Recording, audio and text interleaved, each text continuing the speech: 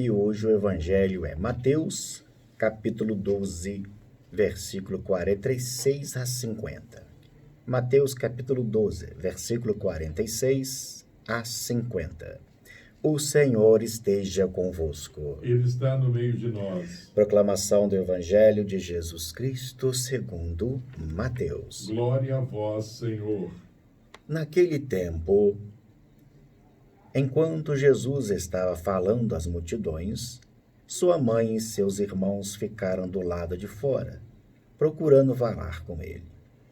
Alguém disse a Jesus: Olha, tua mãe e teus irmãos estão aí fora e querem falar contigo.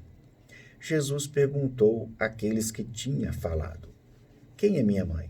E quem são meus irmãos? Estendendo a mão para os discípulos, disse a Jesus: Eis minha mãe e meus irmãos.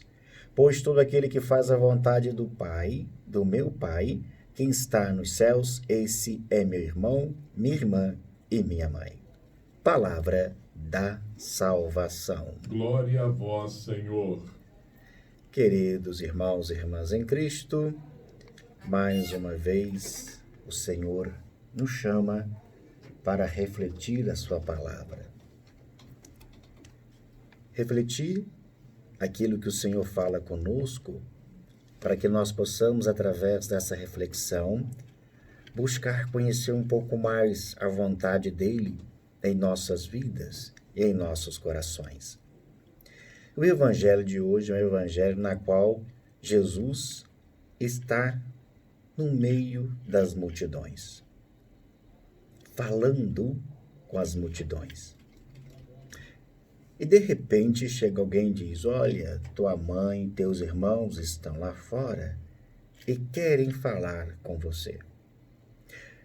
Jesus então, ao invés de dizer: Não, espera, fala para eles esperarem, então que eles entrem, que eu vou conversar com eles.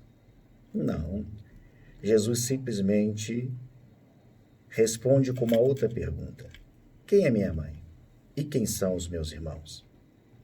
E a resposta é a seguinte: Pois todo aquele que faz a vontade do meu Pai, que está nos céus, esse é meu irmão, minha irmã e minha mãe. Você pode estar dizendo assim: Nossa, mas Jesus foi grosso com a sua mãe, com seus irmãos, né? Foi indelicado, né?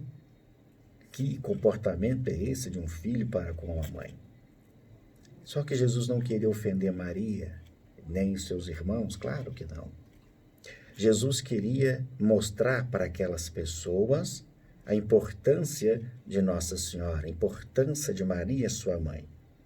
Porque na primeira vista, Jesus parece desprezar a sua mãe, mas na verdade faz a ela um grande elogio. Quando disse: Todo aquele que faz a vontade do meu Pai que está nos céus, esse é meu irmão, essa é minha irmã, é minha mãe. Maria foi aquela que viveu com os ouvidos do coração, né, totalmente abertos para ouvir e seguir a palavra de Deus. Maria, quando ela se depara com um anjo, e o anjo anuncia a ela que ela será mãe do Salvador, Maria simplesmente diz o seguinte: Eis aqui a serva do Senhor, faça-se em mim segundo a tua palavra. Quer dizer, segundo a sua vontade. Maria jamais, naquele momento na qual o anjo, né, anuncia a ela essa graça de ser a mãe do Salvador, Maria jamais duvidou. Ela apenas fez uma pergunta, porque a pergunta que Maria faz tem muito sentido. Porque Maria não estava casada, Maria estava prometida a casamento. Então a única pergunta que ela faz ao anjo é a seguinte: mas como vai dar isso? Como vai acontecer isso se eu ainda não conheço homem algum?